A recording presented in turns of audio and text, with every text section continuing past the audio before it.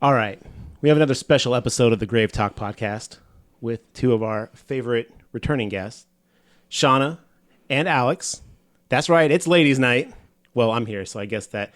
Oh, man, that just does not work. Okay. Anyway, this movie we're going to talk about talks about ghosts. And one of the things that was posed to us is if you could haunt any mundane object as a ghost, what object would you haunt? Shit. Sorry. I haven't talked yet and I got all fucked up. Constant professionals. We're ready to go. I didn't even introduce myself. You didn't introduce. You don't need an introduction. Okay. You're classic. Well, but she could her new name. She could reveal her new name. Hello, Alix here, aka Snake Eyes. Yeah.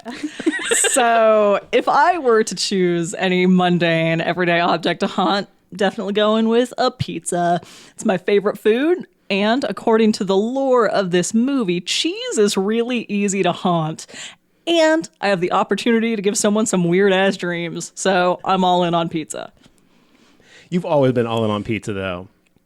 Why change it? You know, if it ain't broke, don't fix it. All right. I think you need a tattoo that says all in on pizza. Now, is this any kind of special pizza or just pizza in general? We're going thin crust, sausage and olive. Oh, God. Okay. Anyway. I was hoping for some kind of quattro formaggi so you could be like 4 cheeses, but okay. You know what? I'm going to extend myself a little. The cheese is just to get me in the door. The olives and the sausage present a little bit of a haunting challenge, but I think I'm up to it. Shaunna, what would be your inanimate object? Or your mundane object, sorry. Well, I'm going to stick with that monkey hanging from your ceiling fan pull chain. Fan monkey? The fan monkey. Okay. I feel like I could kick people as they walk by. Mm-hmm. Maybe some karate chops. You've got magnet in your hands, so you could literally cling to metal objects as well. Well, I could jump around. Also, great opportunity for a classic haunting of turning the lights on and off. Oh, yeah. Ooh. And rattling a chain. Yes. Perfect. I am not... A little insight to Garrett's house. Evidently, I have a fan monkey that hangs from my fan lamp chain, and now I'm going to be terrified of it. Excellent. I like to terrify That people. was the goal all along. Well, I went a little crazier with it, because I figure, what better object to haunt than a toilet? Oh. You can make it run. You can make it flush on its own. You can make it not flush at the most inopportune times. You're having a party. Someone just got to go. Then you're like, boom, no flush for you, son. And they're like, oh, my God. They get into panic. They got the sweats. They got that party shit. They're just like, what do I do now? And then you got to like politely go single out the host of the party, like, hey, do you guys have a plunger? You know, and then you gotta, and at that point that's getting spread around and you're getting those looks for the rest of the party. It's a wedding, you know, I mean, it's any opportunity. You can have the water fill right up to the edge where they start freaking out. And Didn't then even just think about just that. let it sit there. Yeah. Let it hang. As someone who recently had a brief toilet outage, yeah, it was terrible. I think that's a very inconvenient way to haunt people. And if inconvenience is your goal, toilet is the way to go. Would you like to go deeper into how you're breaking toilets? The handle rusted off. So I guess the natural moisture that I produced just created such a humid environment. Moisture, not the toilet moisture, no, not the bathroom moisture, the moisture you produce in particular. I'm a very moist person. Is your superpower rusting things? My superpower is being slippery enough that no one can grab me. Welcome back to Superhero Talk. God, this is derailed. This is why we don't invite you guys back as a pair anymore. Anyway, let's get into today's movie.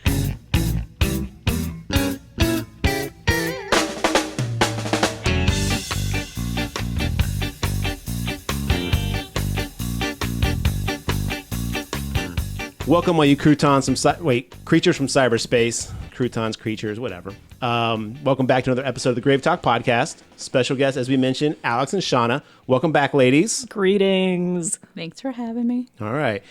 This week, we're going to talk about a little bit different movie. It would definitely kind of fall into somewhat of the horror category, but definitely more of a comedy. This is a discussion and a debate we've had quite extensively on the GraveTalk Podcast, but this movie is so great, we had to talk about it. This week we're talking about the classic Extraordinary, which came out in 2019, I believe, right? Yes, correct. I believe it debuted at South by Southwest in 2019. Something like that. I know that Shauna got us special passes to go see it at Fantastic Fest, and it was amazing. We had been looking forward to that one for quite a while, and we didn't think we were going to get to see it because it was a super limited release, if I remember correctly. Yeah. And I think this is the last movie I saw in theaters before the pandemic hit. Yeah, so it was the last. Oh, wow. Before Yeah, COVID. that's just to take a moment of silence for theaters. Unless you guys are going to go see Tenet in the theaters right now. I miss you, popcorn. But I don't miss you that much. Also, yeah, speaking of theaters and bad news, looks like Candyman got delayed because they want to release it in theaters as opposed to VOD, so they put it on indefinite hold until 2021. I'd rather see it in theaters, though. I'm okay with it. I recently VOD'd Bill and Ted, and I did miss seeing it in the theater. So I think it was delightful, but I think it would have been a little bit better in the theater. I think that would have been a really fun theater going experience. There is something about the theater that you do lose when you're home. But anyway, we're here to talk about Extraordinary, not delayed movies like Candyman. So if a movie were ever made that was perfectly tailored to things that I love, it might be this movie. It takes place in a quaint village in Ireland. The main character is charming, down to earth, and like a little gross in the way that people who live by themselves are. Oh, she's 100% a normal person. I love it. I love that every character looks like a normal person you'd see on the street. It's funny, it's a little gross, and it's just really charming and wholesome considering how much satanic bullshit is in this movie. There's a lot of gross content in this, but And there's a threesome in it, and we're still calling it wholesome. There's a wholesome threesome in this movie. we're going to get to the threesome. Okay. That's specifically why I invited you ladies here to talk about this. The wholesome threesome. Audience, just wait for it. It's happening, okay? Another podcast idea, you guys? Oh, Yes. it's a spin-off podcast. Oh, heck yeah. It's called Three-Way. Wholesome threesome. Wholesome threesome. Wholesome threesome. So yeah, as we said, we're talking about Extraordinary, the movie with the threesome, the wholesome threesome. This movie came out in 2019. It is filmed in Ireland. I did not. I was confused by that. I was like, is this British? Is this English? Like, where is it? And then it's like, oh yeah, no, they definitely mentioned Ireland multiple times in this movie. But this one stars, I'm going to butcher Maeve this. Higgins. Maeve Higgins as Rose Dooley, Barry Ward as Martin, Will Forte as Christian Winter, Claudia O'Doherty as Claudia Winter, and then there's a couple other side characters we don't need to go into right now, but those are the main characters that we've got for this film. It was directed by Mike Aaron, additional writing by Demian Fox and Maeve Higgins, and Mike Aaron. So it looks like they all kind of like had some writing credit on that. This is definitely, as we mentioned, kind of a comedy, but it deals with ghosts and the supernatural. It's more or less a story of someone finally coming to grips and getting out of a toxic relationship through the help of their friends. Maybe that's what I took away. That's from part of it. I think that's fair. Although I think that the toxic aspect of that toxic relationship definitely redeems themselves by the end. It does. It does. Definitely.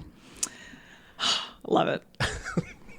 This movie started with something that I love seeing in movies is when 5 different companies or more have their logos in front of a film, because that could either be really good or that could be really terrible. It's usually a huge red flag. Yeah, it was like such and such company, such and such company, I was like, oh no, here we go. And then it started and I was like, okay, we might be in for a treat. Because this movie starts with, it kind of starts as an old, 1980s-esque kind of British TV, not documentary, but those educational shows that used to be all the rage. Yeah, it looks very much like a BBC educational program from the 80s. It's just spot on. And what was that kind of goof thing that they did? There was some... Look around you. Yes, look around you. Just look around you.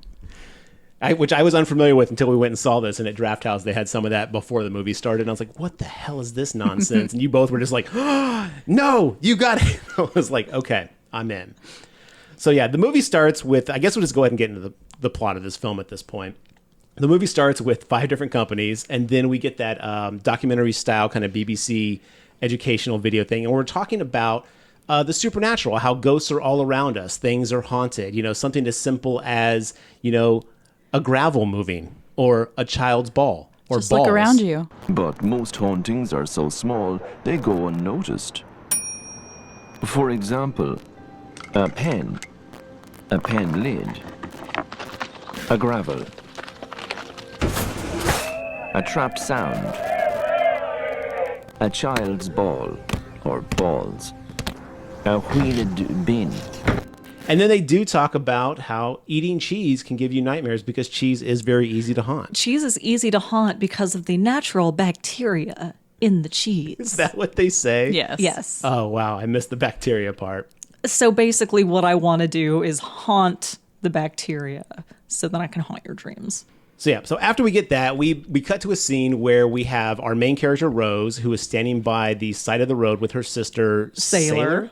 Sailor, right? I'm not mispronouncing that. That's her nickname. Like they say at some point in the movie, she's like, "That's not my real name," and no, I'm not going to tell you what my real name is. Oh, okay, so we never find out what that character's real name is. Well, at the end, the father does call her Fatty.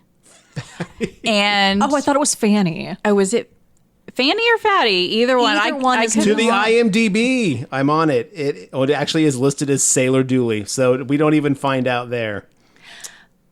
Wow. But yeah, so they're standing by the side of the road, and this is our first introduction to Rose's background as kind of a medium, because we find out that she used to work with her dad, but she feels responsible for his death. And I believe the term they come up with is dad slaughter.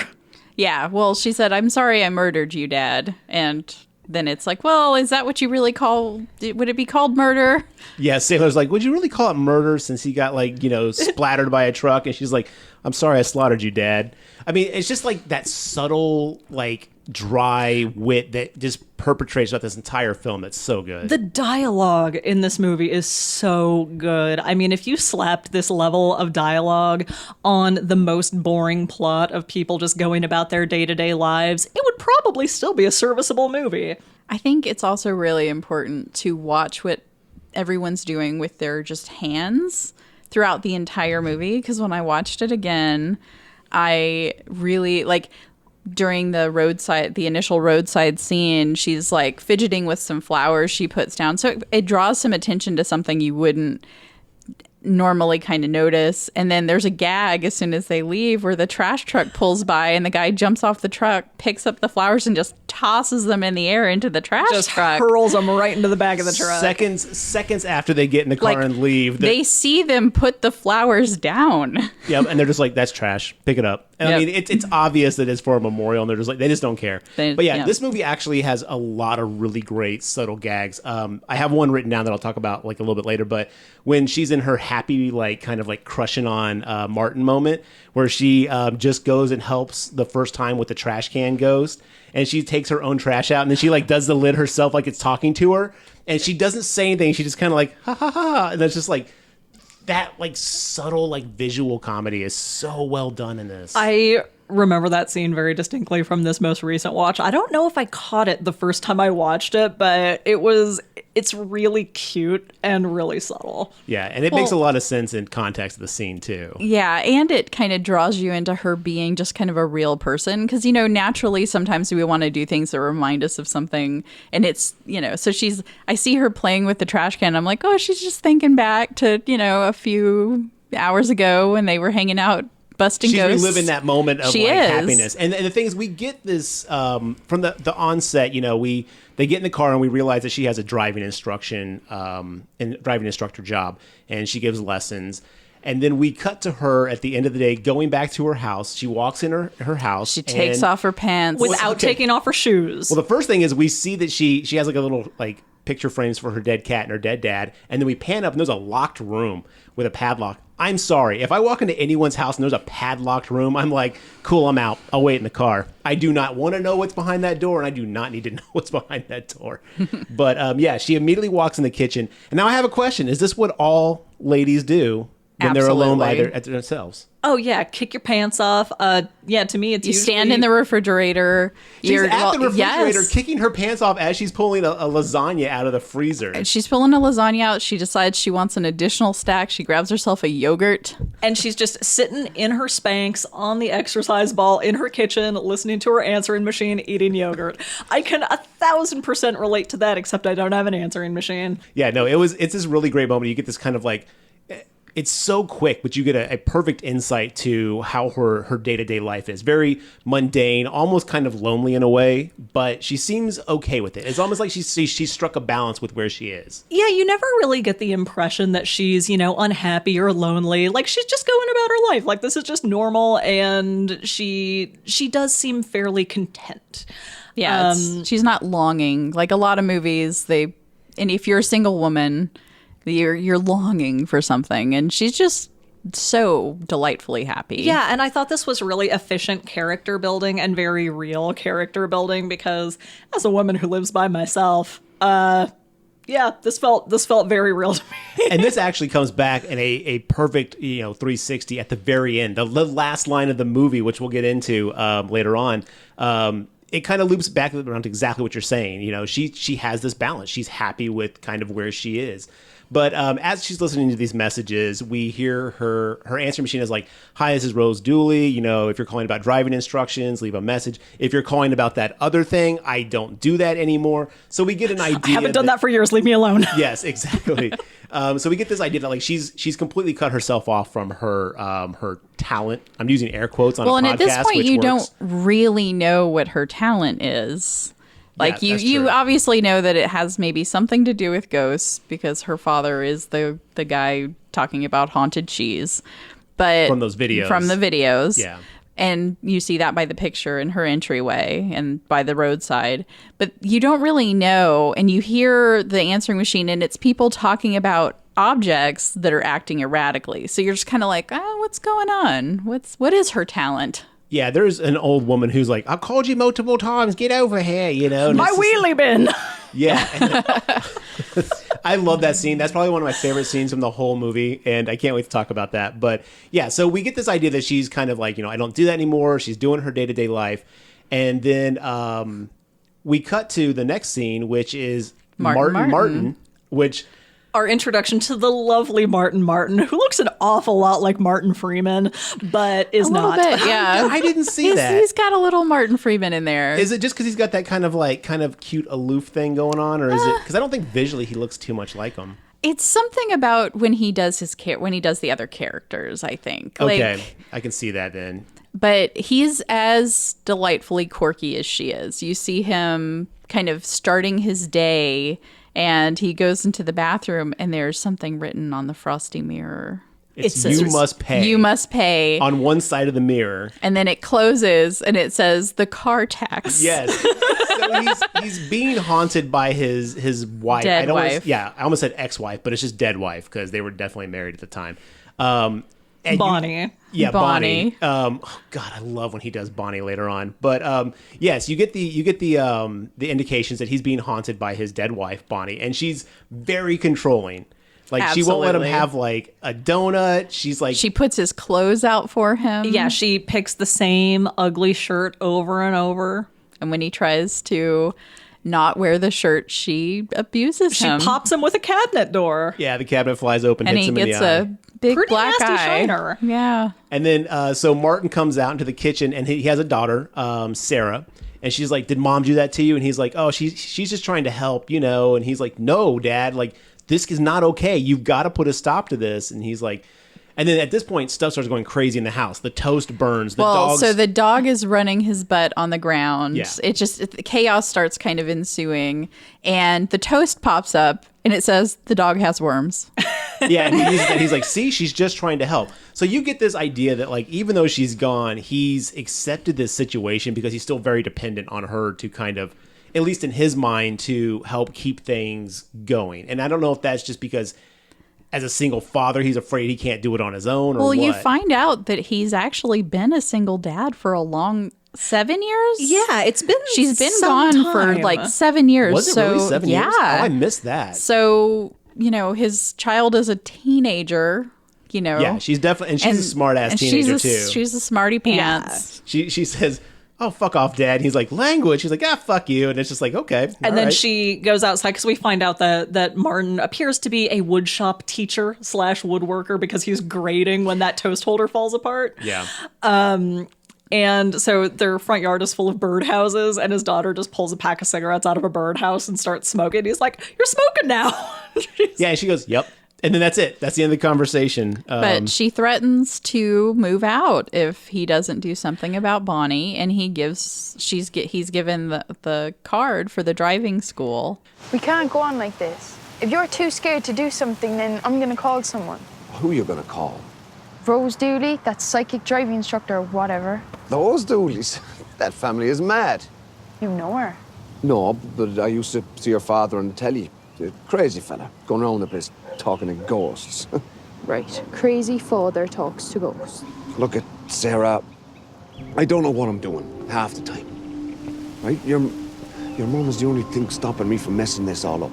Dad. What if I do it wrong and you end up some sort of a homeless sex maniac, sleeping on the streets, snorting hash? Jesus, Dad. If you're not gonna call her or do something, I'm moving out. I can't imagine what that'd be like to have to be a kid and still deal with that aspect of it. But it really hits Martin hard. I mean, I got to take a moment and give this guy credit. His acting in this, because later on he does characters, which are the people that are possessing him. But even just when he's Martin, man, he does such a good job of conveying like this like sense of like sadness and like kind of lost. Like he's not really, he feels like he doesn't know what to do, but man, he does such a good job of conveying that. I feel like all of the actors in this movie are able to convey a lot with quite a bit of subtlety. It's a surprising amount of nuance for a comedy. Usually I don't like a lot of improvised chatter that is kind of repetitive, but they do it in such a way that it is very endearing to all the characters. It's like they build when they do it, though. Like, even when there's, like, mundane, just kind of, like, conversation, you'll get, like, one or two sentences in that conversation that kind of build to the next level or kind of push the conversation into a different area that it kind of pushes the conversation into the next area where it leads the conversation. But it does seem very like dry and just like normal, normal mundane day to day, stuff you talk about with whoever you're sitting in like the bus next to on the way to work, which is always really uncomfortable. So from here, we get our meet cute. I don't really like that term, but it feels very appropriate here because Martin has called Rose under the guise of getting a driving lesson. So she picks him up at his house and he has 2 toasted sandwiches and 2 juice boxes. And 2 mints. Because of there's the onions in on the the sandwiches. toasty sandwiches. It's very endearing the way he comes prepared because he's just kind of like, he's just a nice dude. He's just super like, this just makes sense to be prepared and nice. But he's got these amazing like... ladies glasses on. I was thinking... Jackie O. They are very Jackie O. He's got these giant Jackie O NASA's glasses on, which you say Elton John. I'm thinking Jackie O. Jackie O glasses. Jackie O glasses. God. Okay, that's awesome.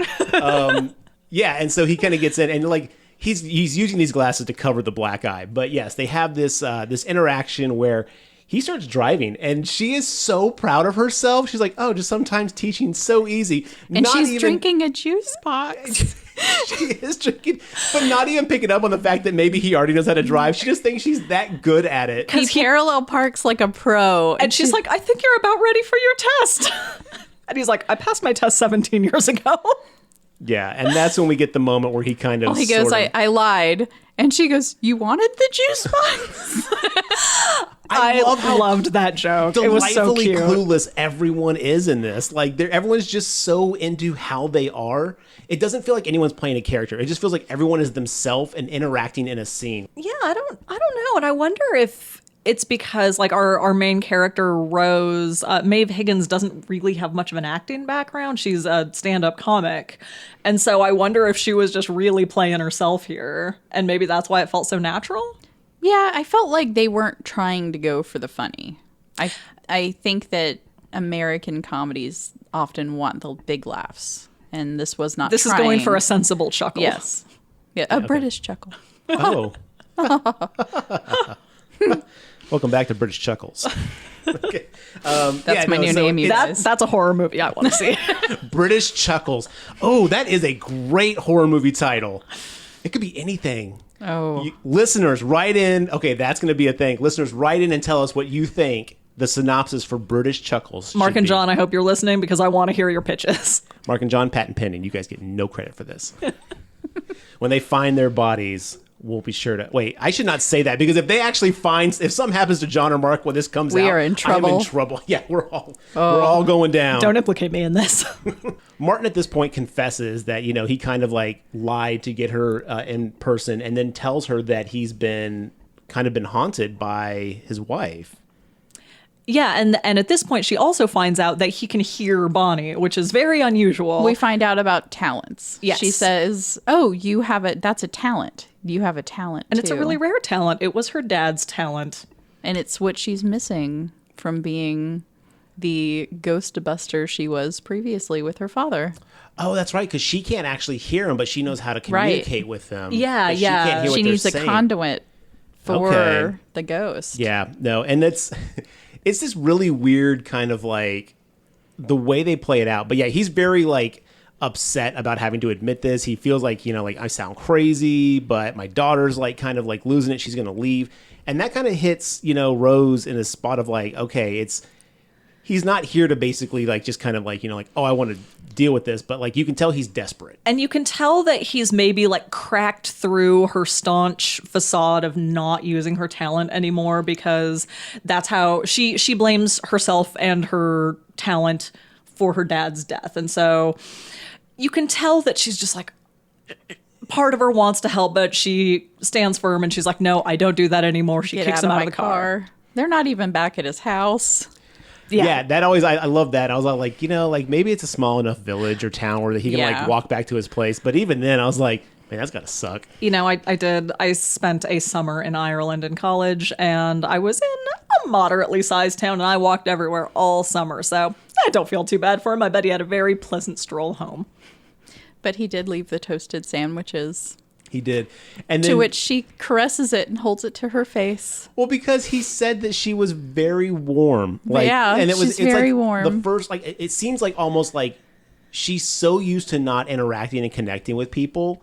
And we find out later that's very accurate. But she holds the sandwich to her cheek and she's like, he said I was warm. And it's like this moment of like this, like kind of like, oh, you poor thing. That is so cute. It's like you want to feel like kind of like, oh, but you're also like, yeah, I get it.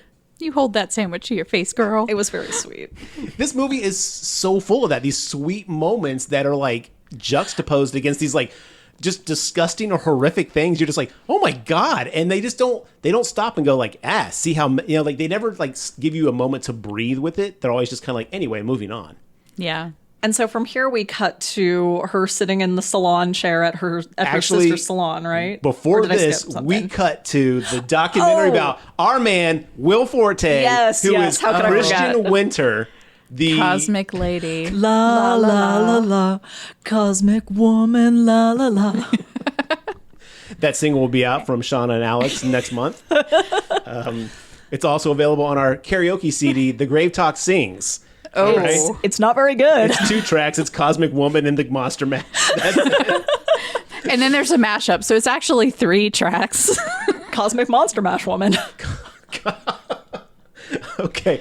Anyway, yes. So we get this like kind of, again, in the vein of this movie kind of cuts to these like documentary kind of like, expose-esque TV shows where we're learning about Christian Winter, who was a one-hit wonder from the 80s, who moved to Ireland and Bought a castle. To be with the simpler people. Yes. And then his girlfriend, who is just a complete nightmare. This is like, obnoxious Australian woman, Claudia. yes, Claudia, she's like, because of the tax credits or the tax, relief too. And I was like, oh boy. So she blows the like cover right off of it. And Will Forte is like, yes, that too. Like in classic Will Forte, I mean, Will Forte is playing Will Forte in this, but it works so well in this type of like comedy because his style just complements it so decently. He's so funny in this movie. Like he is, all the other characters play it, I don't want to say they play it pretty straight, but they play it pretty subtle for the most part.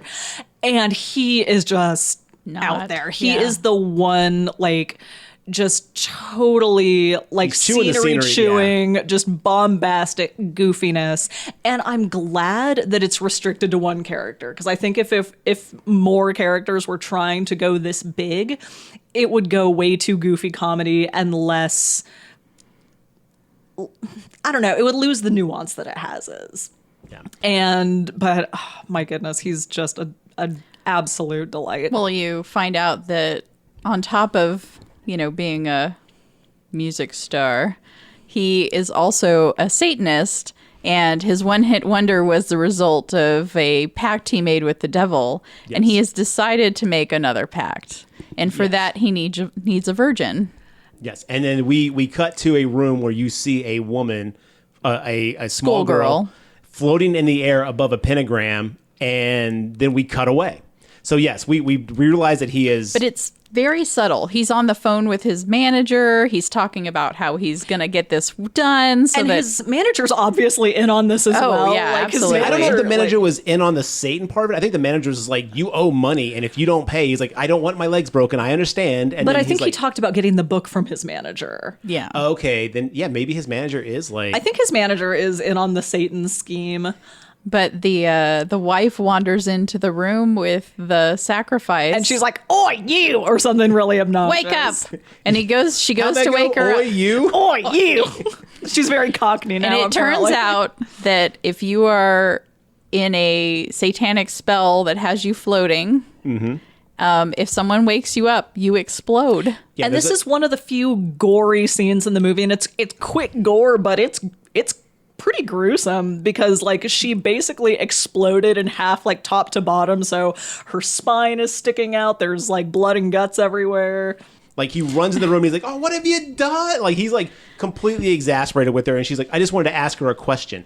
This woman is a nightmare. Like she clearly She's like, well, we just killed her. Why don't we just kill the bitch? Yeah, we just Turns did it out early. They have to wait for the blood moon, which is in a day or two, 2 days away at this point. Something like that. And then, but yeah, as you said, Alex, as they're having this conversation, we see this poor girl on the ground, like split in two, and she is, I mean, everything's spilled out. We see spine. I mean, and he is very frustrated. He's like, oh, now I got to find another virgin. He's like, have you seen my rod that basically, points out like, virgins? There's an ornate phallus carved on the top. Oh, your willy stick? Yeah, she calls it the willy stick. And he's like, would you please respect my stuff? This is 700 years old. So anyway, at this point, he's got to go find a new virgin. And then we cut back to, this is the scene at the barbershop or salon or whatever you call ladies' hair places. A salon. Okay. All right. Learning so much today. Ladies' hair places. Yeah. Ladies' hair places. Yeah, it's the technical term. All right. I like to go scientific with it. So Sailor is doing some woman's hair, and she's showing pictures of like a wedding or funeral or something. A funeral. You And think it might be a wedding because she's talking about the flower arrangements and how the clothing. beautiful she was. And yeah, you think I thought it was a wedding. And then it's all like, Then she shows a picture of a casket, and she goes, it was a beautiful funeral. And so then this woman notices that Rose is sitting in the chair next to her, and Rose has a bunch of rollers in her hair. And the first thing she says is, hey, Rose, it looks like you've put on weight. And Rose goes, thank you. And she's like, are you pregnant out of wedlock like your sister? Yeah. Yeah, because Sailor's like visibly pregnant at She's this point. super pregnant. She's like ready to burst. And so Sailor ushers this woman out the door, and we find out that Rose tells Sailor, excuse me, she's like, I think I met someone. And Sailor's like, oh, like, did you go on a date? Anything? She's like, well, he came to me for a driving lesson, and I kicked him out of my car. Yeah, the way she talks about that is, very, very subtle. She just kind of like, oh, this happened today. And then Sailor's really excited for her. And that's when she's like, we can't all be giddy like you. And she's like, Rose, is giddy your way of saying sexually active? And I she's think like, so. Yes. Yes. And, so you basically find out that she definitely like kind of thinks, Martin's nice and cute, but she also points out that he came to her for supernatural talent expertise, and she's like, I can't do that. And that's when Sailor's kind of like, you got to kind of get over this. And then boom, we cut away from the Well, scene. she suggests Oh, that yes. do what I do, stalk him. Well, she says, what did she say? Call him. She's like, I can't do that. She's like, well, then stalk him. She's like, oh, stalk him. I do it all the time. Yeah. Well, and then it cuts to her stalking him. And it's not Like 5 feet away from a car. She's- And with her big done up hair, it's all Yeah, she's voluminous fresh from the salon. Fresh from the salon. He's walking down the street, and you see her trailing him in her car that has Rose's driving school. I didn't even pick up on that. On the But top. yes, you're right. She's in her driving school. God damn it. She parks. But to her credit, Martin is totally oblivious. He is. And he goes into a shop, and she decides to follow him in, and she uses a mop to cover her face. And she disguises her voice in a very ridiculous way. It makes sense now that you say that she was a stand-up comedian because her delivery of like that, like, I'm just looking, like the way she delivers it is very like stand-up comedy timed. But yeah, so Martin goes into the shop and you find out that's where his daughter works. And so he's talking to her. He's like, I met with her. She's not interested. I'm trying. And the daughter's like, okay, well, at least that's one step. Don't stop now. Like, don't, give up. Don't stop the progress that you're trying to make to deal with this Bonnie situation. And she thinks that he should go talk to Rose again. Like she's kind of, the daughter's kind of pushing for this. And Rose is hearing all of this and she's like, oh, she wouldn't help. What a bitch. And like, you just see her expression from like off the side cameras, like, oh man, she can't say anything. She can't react out loud. And Martin's like, be nice. She was nice. Bit weird, maybe. And she's like, But lovely. but weird, nice weird. Yeah, nice weird. And so he leaves and Rose takes off too. At the same time, She goes, I'm sorry, I just remembered I already have a mop. I already own a mop. Yeah. I love that line. I already own a mop. It's so dumb, but just the way she says it. At the same time, outside of the shop, we see Christian Winter, who is using his dick Willy rod. stick. His willy stick, which in order to find a virgin, he has to say an incantation and drop the stick and then follow the stick where it drops, pick it up again, say the incantation again, and follow the stick. Do you think So that's we're how it was making- really supposed to work, or do you think it was just he just wasn't doing it right? Do you think it was supposed to actually like hold firm, like Gandalf's like a divining rod? yeah, kind of like a I divine kind of rod. feel like he was doing it right. Yeah, I feel like Satan doesn't make things easy. Okay. And so he's Hear that, had Satan? Get to your shit together, man. he's had to go about 6 feet at a time to Yeah, it's the length of the stick. Yeah, and, Yeah. and you see him in the middle of a soccer or football field for our football pitch. Oh, to hell with you. That's it. Cut her mic.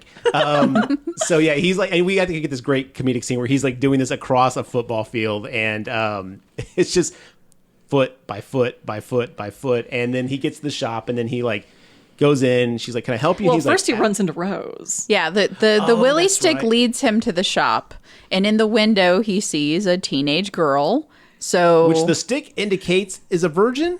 Or yeah, does he well just think? the stick points him It at the points in the shop. direction of Which is why I purity. thought he was doing it wrong, Purity. because later on, what we find out. Well, there were two people at the shop. Oh, damn, that's good writing. Yeah, see? There's so layers. it was actually pointing at someone else, but he Yeah. thought, "Oh, clever sons of bitches." And there is a really fun exchange between Christian Winter and Rose because she's like, "Oh my God, Christian Winter!" and then she notices his she stick. touches it. and she's like, Will he or won't he release a new album? That's what we're all asking. And when they finish the conversation and she's walking away, she smells her hand. She's like, "Ooh." Is that what she was doing? I thought she was smelling her breath like she thought she no, had she breath. goes. I just sniffed my fingers and made a face. Which Good podcasting, right? leads Yeah. to a whole different set of questions I have, because she touched a wooden giant dildo stick and then smelled her hand. Well, and he it has smelled been like something. plopping it all over the town. Maybe that's how Claudia's been disrespecting his things. Oh my god! Do you think Claudia's been fucking that stick? I hope that so. wizard wand. she knew where it was. You shall not pass. Gandalf, take us home. So, okay, well, that's, again, back to just the subtle visual comedy that, like, happens in the background when you least expect it in this film. But, yeah, so they have that whole weird, awkward moment. He goes inside, and then he clearly puts the whammy on... He steals her scrunchie. yes. Oh, Yeah, yeah. he steals the daughter's scrunchie. And that's a running gag, which I Yes. loved. He keeps stealing scrunchies from women to put incantations Who knew on that a them. movie in 2019 would hinge on scrunchies? And he uses the scrunchie to cast a spell that makes her float. Yes. So he, the scene cuts to, Rose going home and realizing like, okay, maybe I should help Martin. She kind of has this like, come to like, I got to be who I am. I got to help this guy. He's nice. He likes me. Okay, I'll give it a shot. At the same time, it's intercut between Christian back at his castle doing an incantation, a satanic incantation. Jeez, I can speak. And it starts making Sarah levitate.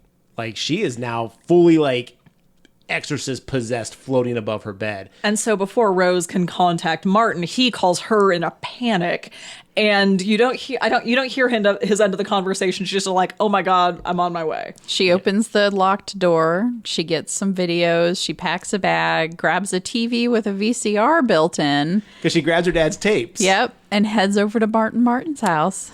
Yep. And this is a great moment too, because did you notice when she shows up at Martin's house, the shot is framed exactly the same like way the as the Exorcist poster? Yes, the Exorcist keeps popping up, and as she comes in and wants to show him the tape, and he takes her upstairs, and while is this the donut scene or is this later? No, the donut scene's later. A Okay. little later, yeah.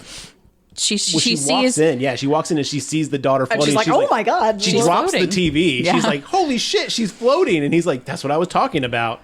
But which is weird, because I thought he said that on the phone, but I guess when you say we didn't hear his conversation, it just seems like that's something you'd like lead with when you call someone. Well, you never know. Maybe he did say that, and she's just like, "Okay, well, let's see what's really happening here." Okay. Well, so she she does a spell, and she puts an herb wreath on her head so that she doesn't like float out of the house. Yeah, a holding spell to keep her still. And then she asks for additional basil And Tabasco. And he's like, "What's that for?" And she goes, "Well, I also brought a frozen pizza." And I thought you could pimp it a little. I love some of the terminology, like pimping a pizza. I'm like, that's what I'm going to start calling it from here on out. I'm not going to make any pizzas. I'm going to pimp out a pizza. Pimp a pizza. But you know what? A frozen pizza with some fresh basil and Tabasco sounds great. I'd love it. Yeah. Welcome back to Pizza Talk again. I'm going to haunt the shit out of that pizza. It cuts to them in the kitchen eating the pizza. Yep, watching the video. And this is where we I love this video because it's a video on holding spells, and it's like about a goat, and it's like her floating dad, goat. Gloating. Yeah, her dad is describing it's like, this is what happens when blah, blah, blah, blah, blah. And then he's like, oh my God, it's real. Martin's like, this really happens. Well, it turns out that the sacrifice, the whole point is that Satan comes or a demon comes and fucks the sacrifice. And so Martin's like, but a goat? Or she goes, there's some demons are into that. It's demons. What are you going to do? But yeah, and then they wake the goat up and the goat explodes. And then Martin freaks out. He's like, oh my God, no, like we have to stop this, because he's afraid his daughter's going to like be woken up and explode everywhere. And he loses it. And so at this point, this is where she's like, okay, there's a way we can break this. We have to get ectoplasm from 7 different ghosts and do this whole little... Rub it on her. Yeah. Which, I don't know, seems a lot of work. And what I think is really funny is when she's describing this whole process, he's like, well, like, how do you get the ectoplasm? She's like, well, basically, you're going to act as a conduit and allow this ghost to possess you so I can talk to it and, help it move on. The ectoplasm is what is the leavings when the ghost moves on. Yeah, and he's like, well, where does the ectoplasm come from? And she's like, oh, don't worry about that. Yeah, don't worry about it. We'll figure it out. And so at this point, he's like, well, where do we find a ghost? And then she mentions, well, what do you mean? There's literally a ghost right in here. And Martin gets really indignant. Like, I'm not going to, excise my dead wife, yada, yada, yada. You can tell he's still like weirdly stuck on this and just can't quite move on from it. And she's like, well, I might know someone else then. And that's when we basically go visit the old lady Take who it called to the answering earlier. machine. Yep. Yeah. And they go to this old woman's house. This hold on a second. crotchety old woman. Well, so they need to drive there. And so they put the teenager in the back of her car. They float her into out there. Which I thought was done really well. The visual effects on the daughter floating was really cool. Well, and it's such a non-thing. Like, they put her in the back of the car, and you see her feet in between their heads when they're driving, but they just never reference it. So it's so There's never funny. even a scene of them, like, taking her down the stairs. Like, they're just like, this is happening. Like, that's the thing about this movie is, like, everything just happens as if it's fine. Let's get on with this. And Rose drives this teeny little beater hatchback. And Christian Winters is wondering why his virgin hasn't floated to the castle. So he goes to the house and sees them put her in the car. Yeah. And he's like, oh, it must be some kind of holding spell. Yeah, at this point, he understands that Rose might be a medium of some kind. A witch. Some local form of the dark arts. Yeah, and his girlfriend, Christian's girlfriend's in the car, is like, this is stupid, blah, blah, blah. She's just being a nightmare, as usual. I mean, and she does such a great job of it, too. We say she's being a nightmare, but the acting job she's doing is perfect. She's perfectly obnoxious. Yes. And so you realize that she's very upset with Christian. If he doesn't get his shit together, she's out, too. I don't know if Christian really cares so much about that because he doesn't really seem to he's more interested about making a hit and coming back than he is about. I think we'll find out later that he's not particularly invested in this relationship. That's one way to get out of it too. We'll talk about that. But don't give that look. This is I'm fearful, you guys. Yeah, this is getting edited out.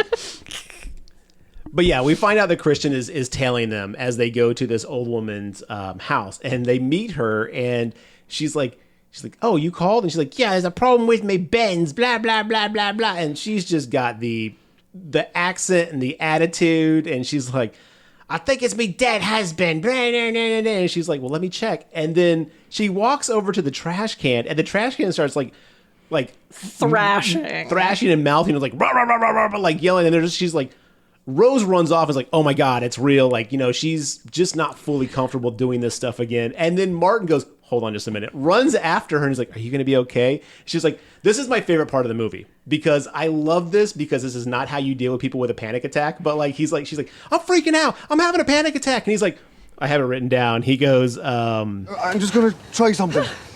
Hey, you need to get your shit together, woman. What? Did you actually just put on a cool voice and call me woman? Yes, I did. And I said shit too. I am so sorry. I was just trying to stop you from freaking out. Are you still freaking out? No. Okay, come on. Come on! Excuse us, Jana, we just had some technical difficulties, but they're all sorted now. And then they walk back over to the old woman. She's like, I think it's your husband. And you come to find out the husband's haunting it because he's mad that she won't use the proper recycling bin. Yeah, that's what's tying him to this mortal coil. Yes, and so she's like, oh, it is my husband. I thought I got rid of him, huh? And you could tell she's just like old and pissed. And she's like, I thought I was done with him. And at this point, she's like, I'll take that tea. So the wife goes inside because the husband then possesses Martin's body. And this is the first time we get to see a ghost possess Martin. And so he and Rose are like holding hands facing each other as she does her little spell to bring the ghost into Martin's body. And I think this is a really fun scene because the camera is just circling around the two of them and you can sort of see the transformation in Martin, but it's not a physical transformation at all. It's just a mannerism. Yeah, he does an impression almost of the ghosts that inhabit their bodies. And it's really good. I mean, I feel like you get a strong sense of this character just from this actor's basically imitation of him. And I think that's one of the really strongest points of this movie is, as we'll see later in the plot, more ghosts get to inhabit Martin, and the actor just does a great job of pivoting on a dime between characters. Yeah. Was he a stand-up comedy, or was he just an actor, or do we know anything about his background? I don't know. I read up a little less on him. I can't remember. I think he does have more acting background than Maeve Higgins does, though. I did read one interesting thing, which was kind of funny, that Maeve Higgins and one of the other characters actually don't know how to drive. What? Yeah, so Will Forte and Martin are the only two actors out of the four that know how to drive. The other two have never learned how to drive. The girlfriend and Maeve. Oh, that's which was really funny in real life. And they didn't know how to drive, but they do the most driving in the movie. Exactly. Oh, that's great. But yeah, so to your point, at this point, he's inhabited by the dead husband, who turns around to Rose and is like, "Oh, aren't you a pretty little thing?" And she's like, "Oh, you old fucking bastard! You've been dead for And she's like, "Already?" She's like, "She's 3 times younger than your age." And then she's like, "Okay, go inside. We'll take care of this."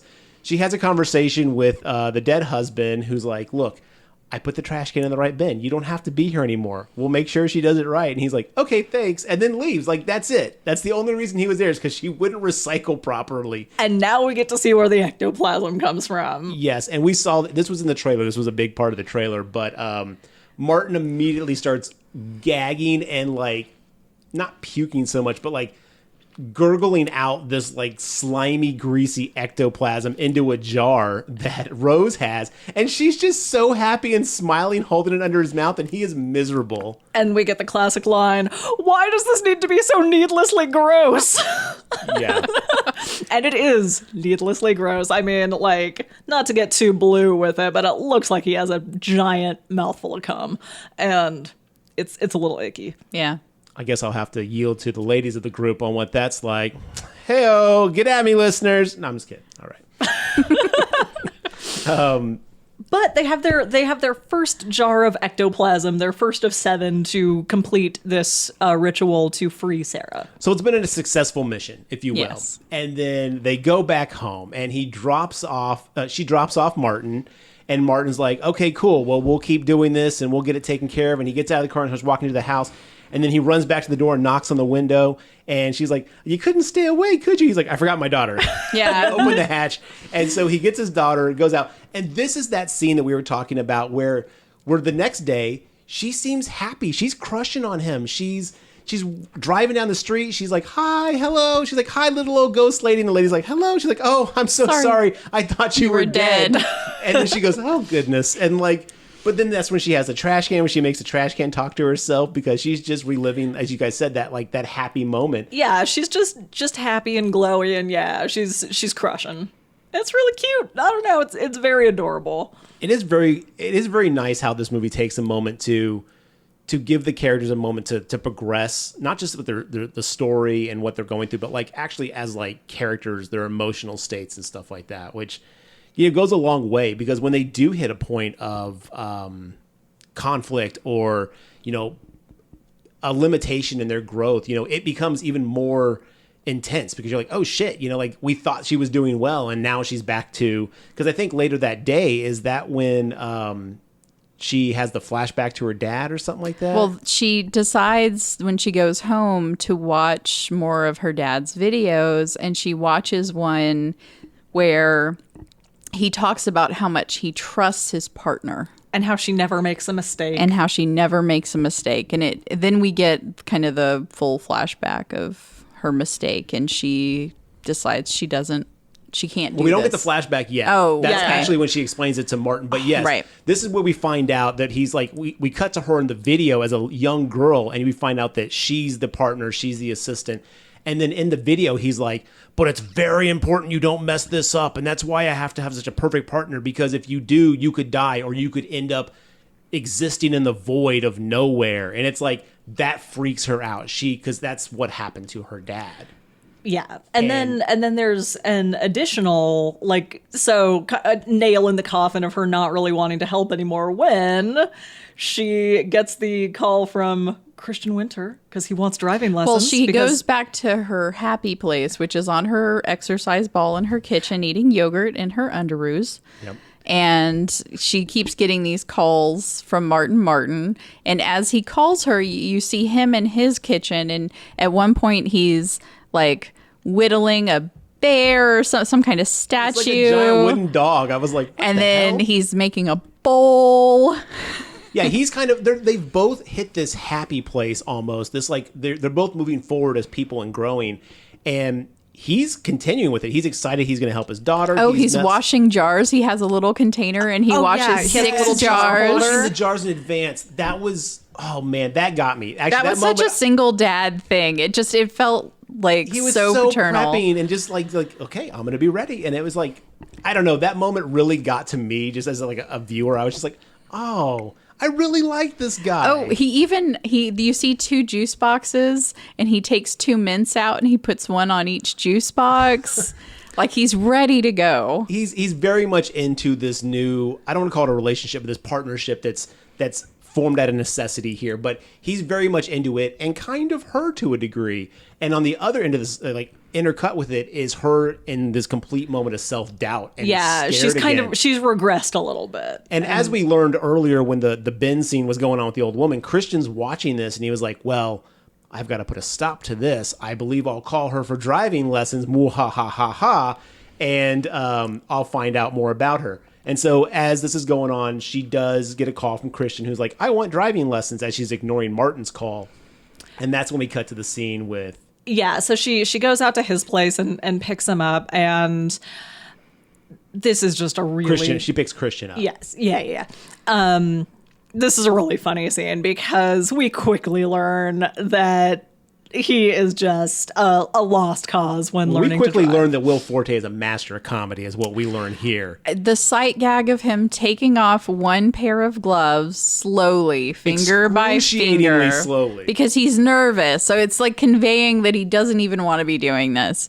And then he puts on a pair of driving gloves. Just as slowly. It has to be slowly. like a minute and a half to 2 minutes of scene. It's such a long scene, and it's so funny. And Rose's face watching it is just phenomenal. She's trying to be so positive and smile like, okay, all right, this is what we have to do. And, you know, she doesn't even say it. Well, he's wearing so many scarves and a coat, and it's just... It's like scarves on scarves on scarves. And then we learn his level of competence, his like baseline level of driving when she says to...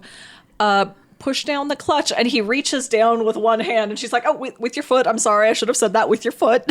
Yes, he does try to reach down and push the clutch with his hand. But yeah, he is a lost cause with driving. He has his legs crossed. And so when she tells him to use his right or left foot, his legs are crossed, and so he keeps hitting the gas. And so eventually he... hits the gas, hits the clutch, the car does a big jerk, and he whacks his face on the steering wheel. And his nose is bleeding at this point. And he just kind of like, that's it for me. Like, I'd like to go home now. And they haven't left his home. They're still in his driveway. Like, they are 2 feet from his door. Yeah, the car has probably moved a total of 8 inches, and that was the big jerk that he whacked his face. Oh, God, it's so well done. And the thing is, like, he doesn't play it like, this is my plan, I'm going to be inept. He is just literally that inept at driving, and... He gets politely scared fed up where he's like, I want to go home now. But he does manage to snag her scrunchie. Well, she has another little breakdown. It's like, I can't even teach you how to drive. Yeah, and so he kind of puts the nail in the coffin of her confidence because they have a little discussion. He's like, oh, is there like another thing? And then... they don't really he tells her that what she needs to go. He does tell her that she needs to follow her talents and do what she feels she's good at. And he kind of reaches over and he pulls her scrunchie out of her hair, and he's like, there, doesn't that feel better? And she's like, yeah.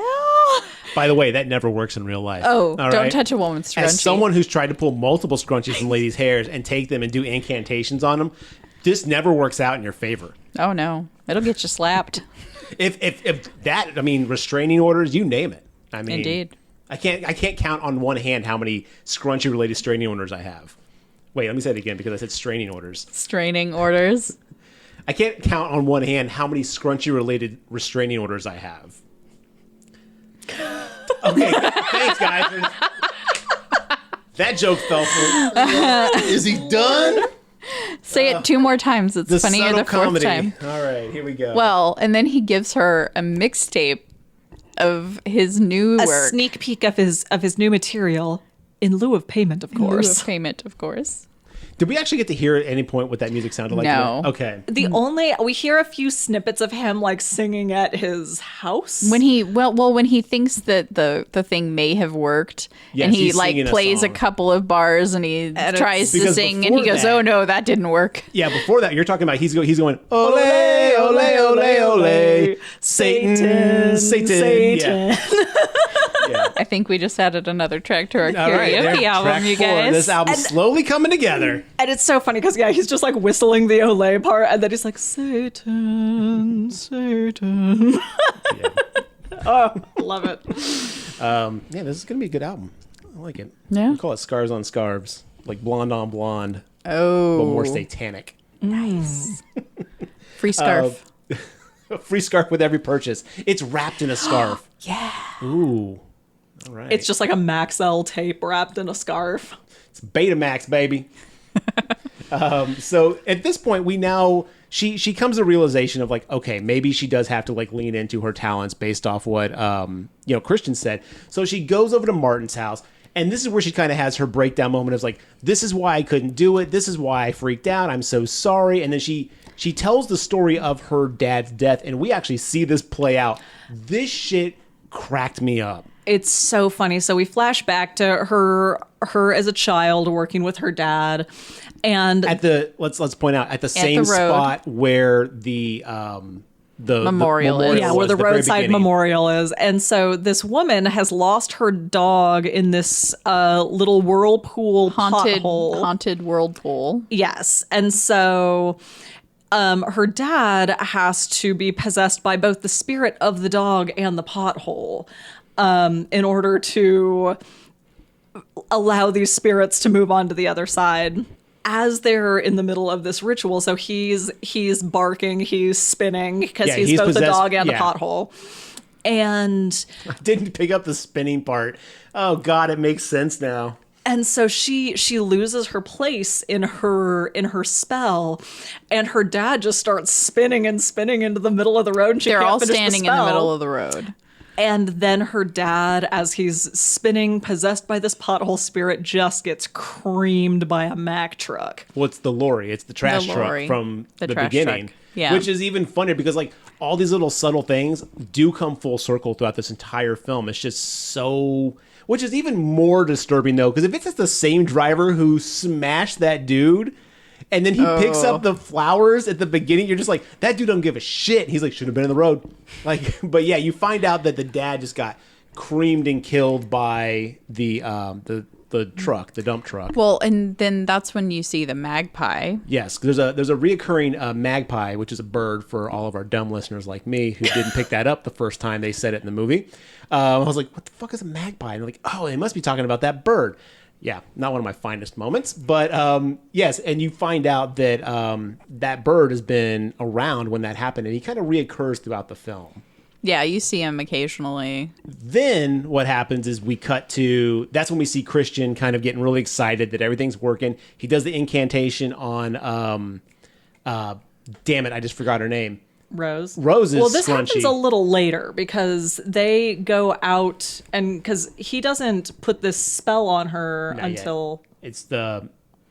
Well, so this is the donut scene though. Martin wants to eat a donut. He's standing in his kitchen As she's explaining. The death of, And so he goes to take a bite out of it. And Bonnie doesn't want him to eat the donut, so she slaps it across the room. Into the trash. Which is a good shot, honestly. Oh, absolutely. Yeah, she should have been a hockey player. Slap shot.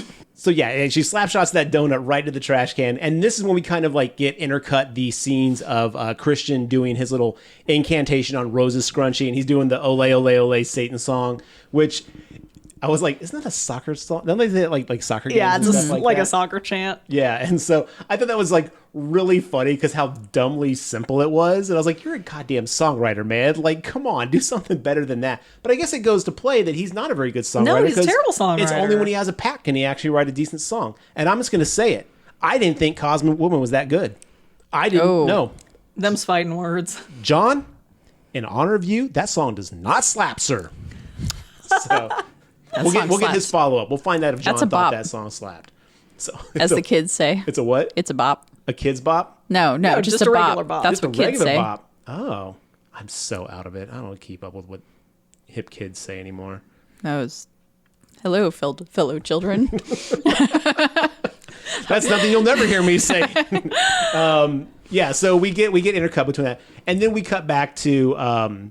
Rose is like, okay, look, she's accepted it. Martin's like, hey, doesn't say get over it, but more just kind of like, you've got to do what you're good at doing. You can't live. And this is the moment when he gives this speech to Rose, he kind of also is saying it for himself. He kind of realizes like, I might need to kind of address this Bonnie situation as well. And that's when they're going to go out and get the rest of the ectoplasms. And we get this awesome montage. Yeah, let's call it a montage. This cracked me up because they go to all these different locations where ghosts are to get the ectoplasm. And the first one they show up at is this I want to say middle-aged woman, young woman. I would say she's probably like early mid-20s. She's just a homely early mid-20s. Yeah. And she has this weird stain on the wall, and she's like, I know it's my grandmother. And Martin's like, I think it might be Satan. Or it looks like Hitler. Yeah, it looks like Hitler. And then she goes, and then I don't know why I said Satan, Hitler, I mean, one of the same at this point. And she goes, Grammy did like Hitler.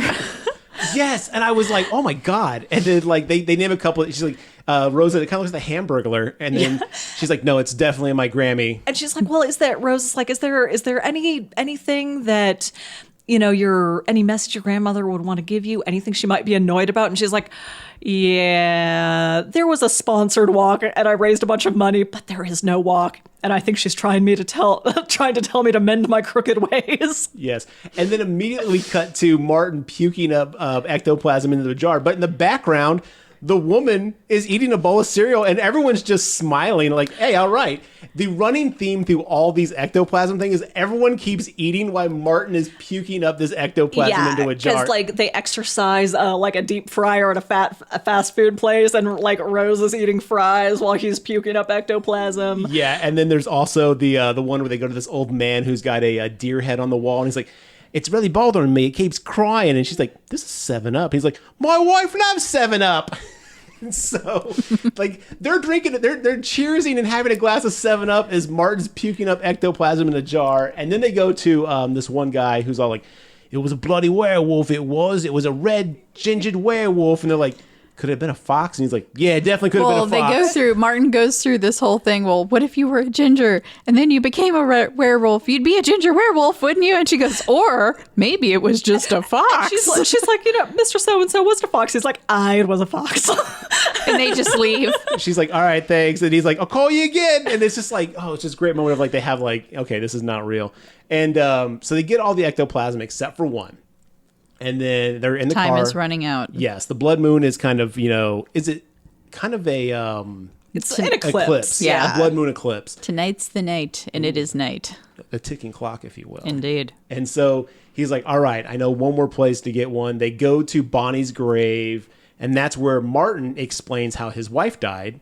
A cuckoo clock fell on her head. A cuckoo clock that he built. Okay, yes. That once per day at the time of their nuptials, a little wooden Martin and a little wooden Bonnie come out and they kiss, but the little Bonnie has a tiny little cigarette in her mouth. Oh my God. That was the best touch. And the moment it comes out and kisses, it flips upside down and falls and hits her in the head with the sharp point of the house. And so we don't see Bonnie. She's hidden behind a newspaper the whole time. So we still don't know what Bonnie looks like except that she has a cigarette. Yeah, we never see any of the ghosts. Well, there's even a wedding picture of Martin, and Bonnie is wearing the thickest veil on the planet, but there's a little cigarette in her hand, and it's fantastic. The cigarette is the defining thing that you know that it's Bonnie, as if you needed that to know. Once he takes on the Bonnie persona, a magic cigarette appears. It's in this. Oh God, the magic cigarette. So yes, he goes to the graveyard. He explains this. She's like, okay, well, let's go back to the house. And at this point, when they went out to go do this, they had her sister, Rose's sister, Sailor, watching the Sarah, the floating with her boring date from the town council or whatever. Yeah, and she's like, he's really boring, but maybe that's okay. But Martin is like, don't go upstairs. And so they're babysitting. They rush back to the house. Martin is going to excise Bonnie and get the last bit of ectoplasm, and that's going to be it. Bada bing, bada boom, we're going to all be finished. They rush into the house. Martin knocks the stuff off the table, puts the jars down. He's ready to do this. At this point, Rose is like, you got to go, Sailor. She's like, oh, nice to meet you, to the boyfriend who's there. And he's like, oh, hi, I'm so-and-so. I'm Brian so-and-so. Just completely like dead fish. It's really funny the way he does that. Yeah, he plays bland really well. Yeah, that's a talent. It's not easy being that bland. So she's like, oh, no way. Are you using your talents again? I'm totally staying.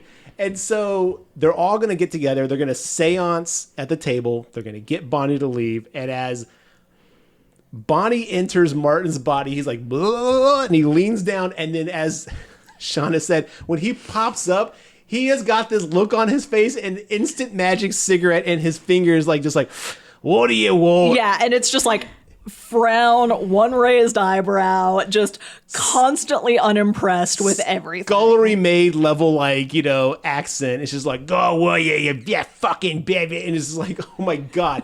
Bonnie is, the way he does Bonnie makes me laugh so hard. I can't stop laughing every time I see it. Get the fuck out of my house. Bonnie?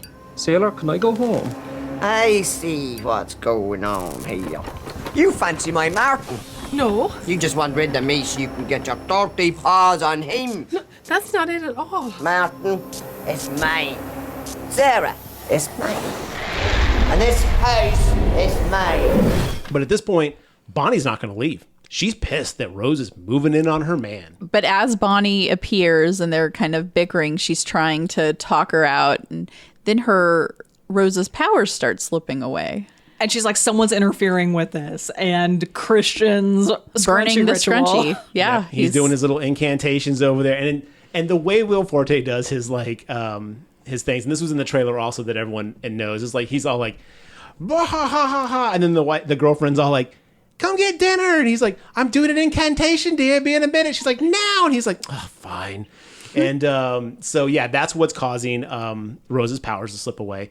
At this point, Bonnie's inside Martin, and they really don't have the power to get her out. And so she's just being a complete dick to Rose. And Rose is like, you listen to me. This is going to, like, help your daughter. And it's this moment of where Bonnie kind of has to choose what's more important, like helping her daughter or, like, just continuing to be an asshole to Rose. And she chooses both.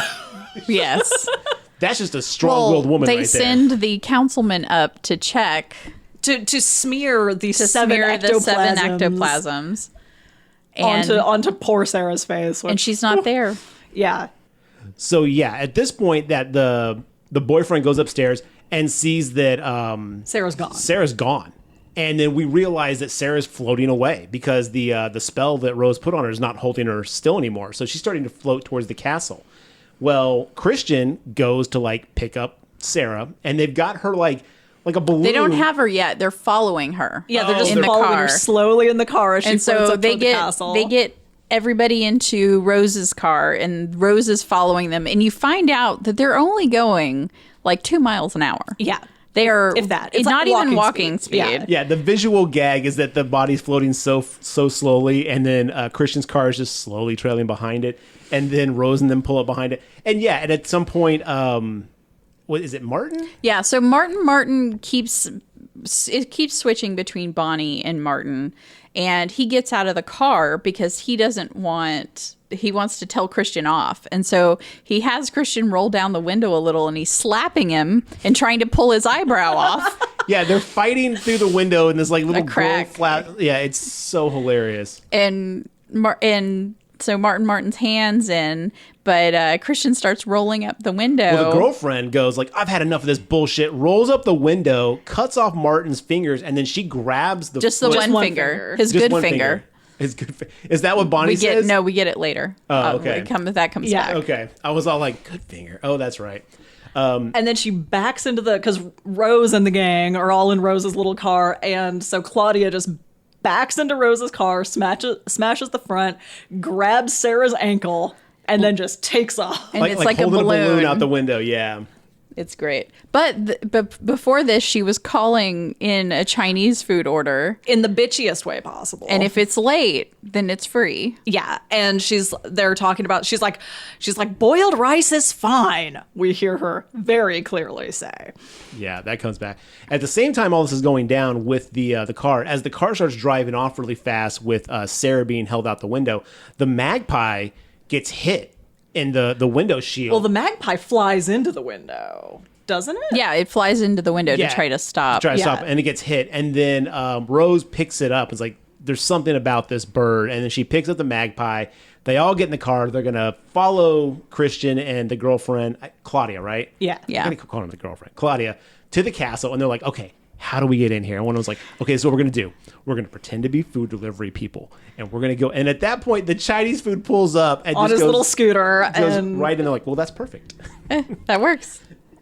And so at this point, we see the delivery guy with Claudia at the door, and she's like, I ordered special fried rice. And he's like, the ticket says boiled, and she's like, special fried. And he's like, okay, let me go get it. You And don't she's speak English. Why are you taking phone orders? Are you deaf? Because if you're deaf, you really shouldn't be taking phone orders. And I was like, someone needs to slap the shit out of And this so woman. he goes back to retrieve the rice, and she's just like, 15 minutes or it's free. And she goes back in, and she's like, I got Chinese food, and I got it for free. So at this point, though, yeah, when she says that, everything's where it's to be. Sarah is floating in the above the pentagram. Christian is doing the full-on final incantation to summon Astaroth. This is it. The pact is ready to go. It's happening. And she keeps talking. The girlfriend keeps talking and interrupting him. And he's just like, go back to the incantation. And she's like, blah, blah, blah, blah. And he's just like, okay. So he walks over and he's like, he says something. I can't remember exactly what he says. He asks her which one is his, and she says the Kung Pao. And he goes, thank you. And then he slits her throat. And it's like, it's on camera. Like, they just show it. It's like, oh my God. Like, he slits her throat and he's like, all right, no more distractions. He walks back over there to finish what he's doing, and that's when everybody runs in. As they're running up the stairs to go to this room, we find out that Sailor's starting to give birth. Like, she's going into labor. And so we get Rose, Martin, Sarah, and Brian, the town councilman, whatever. Well, Brian's like, we should tell your sister. And she's like, under no circumstances do you mention this to my sister right now. And yeah, then they go into the room where everybody's in the same room as Will Forte. So yeah, so they go in, they barge in, they're like, stop, what are you doing? It's too late though. Like, has he cut Sarah? Yeah, he pricks her finger to get the pure blood because he has the impure blood. And he goes, now the pure blood. And then as they walk in, he goes, it's too late. And you see the drop of blood fall on the floor. Right in the middle of the pentagram. Right, and the pentagram starts lighting up, and then it crumbles down. The floor starts crumbling underneath the circle that the pentagram's in. This effect was so well done. For like this movie, I was like, this has to be like a really cheaply made movie. Yeah, I'm curious what the budget is, because they really made the most of the money they had on this. Because, yeah, I can't imagine this was in any way a high budget movie. Maybe I'm wrong. But I'll try to find out in just a minute. Sarah gets sucked down into the hole. Yeah, she just goes whoop, like gone, like a turd being flushed. Sucked down to hell. And then so Will Forte runs over to his like little Hammond Oregon. No, Oregon. There we go. There's only 2 syllables in that word. And he needs to check to see if it's worked. He tries to bang out a few bars of a song and sing some lyrics, and it's trash. It's nonsense. Nope, hasn't worked. Yeah. And he doesn't know why. And at this point, Bonnie and Martin runs over and he's like, oh my God, you know, they start fighting. And then Bonnie gets in and is all like, you fucking son of a bitch, and puts her boot on his neck and then burns his face with the cigarette that she always has. Yeah, she extinguishes her cigarette right in the middle of his forehead. Yes. And as that's happening, boom, Sarah gets spit out the hole. Covered in goo. And everyone's like, oh my God, you're back. What happened? And then this effect, when I first saw it, I was a little bothered by it because I was like, oh, this might be cheesy as hell. It reminded me of the girl Ghostbusters, which I got to say, Ghostbusters Answer the Call. I love that movie. I'll defend it. I think it's awesome. But the one thing that I think is the biggest travesty in that movie is the end when they have like the animated Ghostbusters logo as the final monster, the like little ghost with the symbol around it. It looks so dumb. But in this one, they have all these sheets that are covering chairs and pictures hanging on the wall and stuff like that, float down into the hole. And then out of the hole comes this like ghost, your typical sheet covered ghost. Like demon-y ghost. It's got some shape to it. It's got some weird, like, but it looks like your standard, like, sheet-covered ghost. But then the eyes are, like, sunken in and cracked and bleeding. I thought it was going to look stupid as hell when I first saw it pop out. But then when you, like, see the face, like, kind of the mouth moving and the eyes, like, sunken in and bleeding, I was like, holy shit, this is creepy as hell. I think it works fairly well because, you know, that, like, with all of this build-up to this, you know, singular, like, super powerful demon, pretty much any effect they choose is going to be a little disappointing. Just kind of as a general rule in most horror movies, like once you get to like the archdemon, the effect is usually a little underwhelming. So I think that they made a smart choice by just covering it in sheets. We don't actually really know what Azeroth looks like. He's covered in sheets. It's fine. Well, and he gestures with his hands, and I thought that they did the hands wonderfully. Yes. The hands look great. The ghost demon hands look, again, when you see it in motion, it sounds like, again, when it first popped out, I was like, oh no, we're going with a really corny. And the thing is, it kind of fits the feel of the movie when it first comes out, but then like they do like add like a few effects and details to it that really make it like, oh my God, this is really creepy. And he's like, I am Azeroth. Did you think you could fool me? And they're like, what do you mean? He's like, I demand the blood of a virgin. And they're just like, we gave you a virgin. And then like they look back over and he's like, right? And then she goes, and then Martin goes, oh, my sweet flower. And then the sister goes, you mean you're deflowered? And I was like, zing! Well, and then he named some like neighborhood like, boy. He goes, isn't I that thought he Charlie? was sniffing around. She goes, what makes you think it was a boy? Yeah, I was like, oh, we're getting into some weeds here. All right, I'm into it. But like, it was funny because like at that point, Rose was like, we can deal with this later because Bonnie is like also chiming in, and you're just like, oh my god, okay. And so he's like, I demand, Azeroth is like, I demand the blood of a virgin. And they're like, well, we don't have one. And he goes, yes. And he points to Rose. I'll take that one. I'll take that one. And he points to Rose. And Rose goes, no, not me. Like, you know, like you're still like embarrassed to admit it that Well, old. and then Paige goes, well, what about, you know, Declan McManus. Yeah, and then she goes, yeah, what about Declan McManus? And then Azeroth goes, it was just the tip. It doesn't count. And I was like, oh, snap. Rose looks at her hands and she makes a kind of, she goes, oh, yeah. And so she I missed that. Yeah. Oh, my God. Oh, man, that makes me feel so bad now. And so Rose just starts sliding across the floor toward this hole, just like slowly sliding. Yeah, she's being sucked into the hole, kind of similar to what Sarah was being, you know, pulled into it. And then they're like, what do we do? And at this point, Sailor's going into labor. She's like, I'm having this baby. And it's kind of like happening as everything's going on. And then Rose is like, well, I can think of one way to stop this. And poor Martin, typical Garrett fashion, too clueless to see the goddamn writing right in front of his face. She's like, you could have sex with me and I won't be a virgin. He's like, oh, yeah, okay. That's and so, yeah, at this point, she's like falling on the floor and he climbs up on top of her. And he goes, usually there's a little more foreplay. And I'm missing my good finger. He goes, but, you know, Satan, and I'm missing my good finger. Yeah, and I was like, oh, I want to know more about that finger. It's like, tell me your secrets, Martin. You seem to have this on lock, evidently. But yeah, so it's so funny because they pan back to all the other characters. Are like, what is going? And it's like, oh, and he's like, I'm only doing this to save her life. And then the daughter's just kind of like, oh, it's just so great because everyone's like, they're going to fuck right there. Okay. And so I guess he gets it in fast enough. Then Bonnie shows up. Yes. And she's okay with it. She's like, take care of them. Yeah. And she's like, he likes it when you cup his balls. Yes. Take care of his balls. Starts like, and it's like, and the thing is, when we say Bonnie shows up, Bonnie's like in Martin's body. So he's doing that like the cigarette appears. The cigarette keeps popping back, which every time I was like, thank you. Like, it's so funny. She lost it multiple times, but every time she re-inhabits, she's got a new cigarette. And then she's like talking dirty. And then Rose is like, this is not really doing much for me. And then so anyway, that happens. Everyone, they do this awesome thing in movies that I love and they do it right, is they cut to every single person screaming. Sailor's going into labor, so she's got a labor scream. Brian's got a scream of panic. The daughter's got a scream of like, oh my God, Azeroth screams. She has the scream of horror at watching your dad have sex. Yes. Well, and then the scream of she's no longer a virgin. So she orgasm screams. Winters is being like taken care of by Azeroth because he's reneged on his deal. Yeah, he's like, I should have just killed you too. So he runs at both of them to stab them. And at that point, the daughter runs up with the willy stick. The willy stick. And then smashes him in the chest with it. And he falls in the hole. And that basically like ends Azeroth. And he takes Christian down with him. And then the hole seals back up. Everything seems to be okay, except for the fact. Well, so when the hole closes up, Martin rolls off of Rose, and all the sheets that had been Satan fall on top of them like a sheet from a bed. The post-coital. And Bonnie hands Rose her cigarette. Yes. And so they had this moment. They're like, oh my God, you gave birth. And she's like, yep, but I got to tell everybody my first time was a threesome. And Bonnie, like, in one of her last lines, she's like, take care of them for me. Martin and Sarah, not Martin's balls. And she's like, and never Rose for a second did I think you meant his balls. She's like, but take care of his balls too. It's so well done. God, the writing's so good. That is just what I needed. Look after them for me, will you? Not his balls, Martin and Sarah.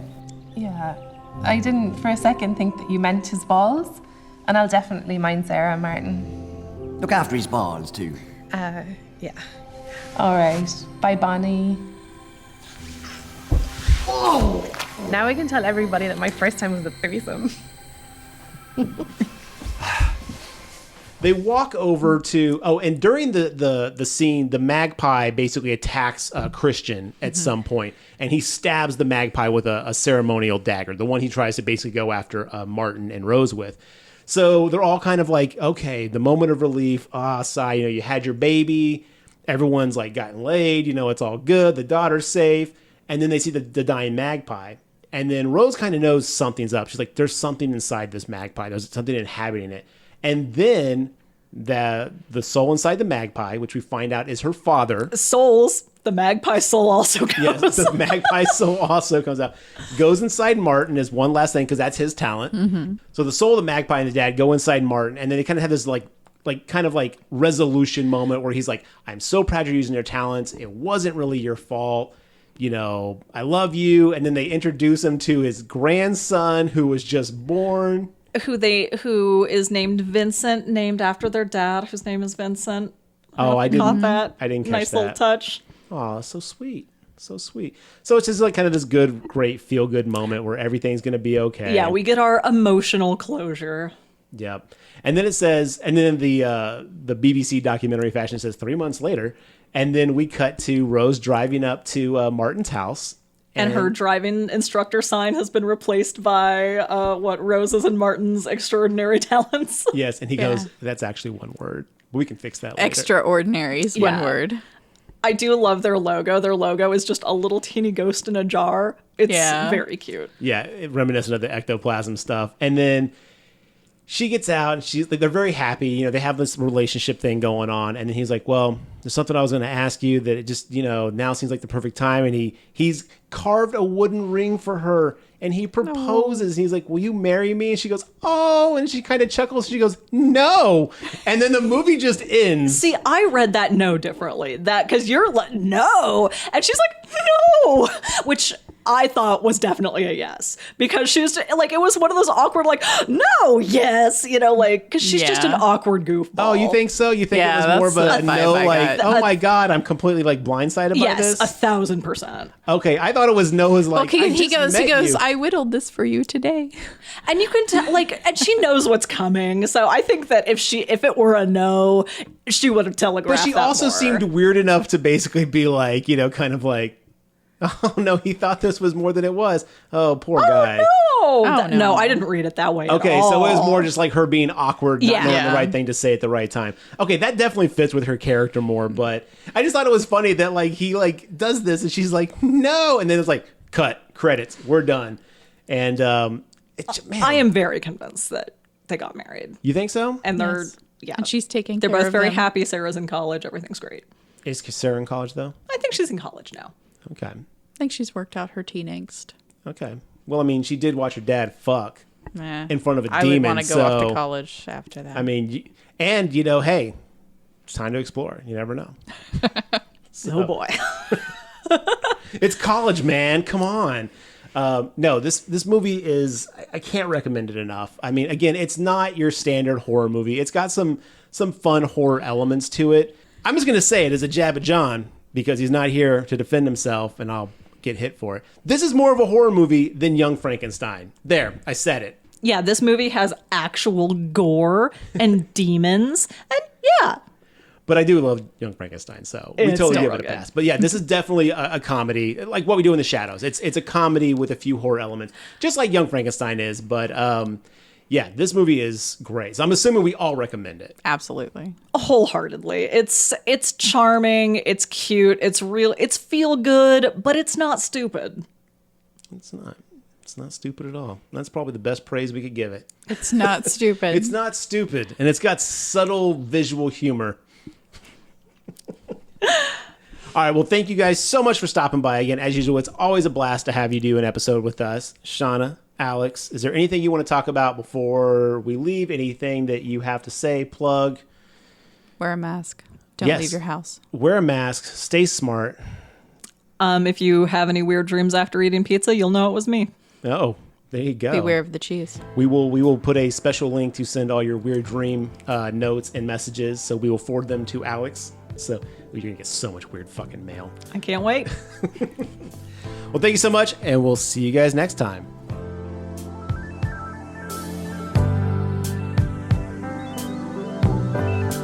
In my summer house in Berlin, just as winter ends, my darling, a spaceship landed on the lawn.